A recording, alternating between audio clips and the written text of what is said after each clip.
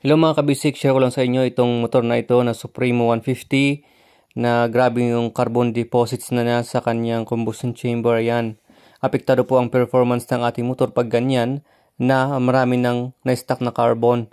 Ito po yung mga nasunog na oil kasi may pumapasok na oil na sa kanyang combustion chamber na sanhi ng pag-usok ng ating motor. At yan, napakakapal sa kanyang mga valvula at yan, singaw din yan pag ganyan kasi pati yung kanyang valve seats ay talagang nakakapasok na o nakakalabas na yung mixture natin dyan.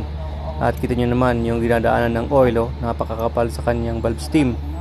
So pag ganyan, syempre maagang mag-ignite yung ating motor, kaya mag-cause siya ng knocking. At gayon din, syempre pag ganyan yung mababawasan yung space ng ating combustion chamber at magiging mahina yung hatak ng ating motor.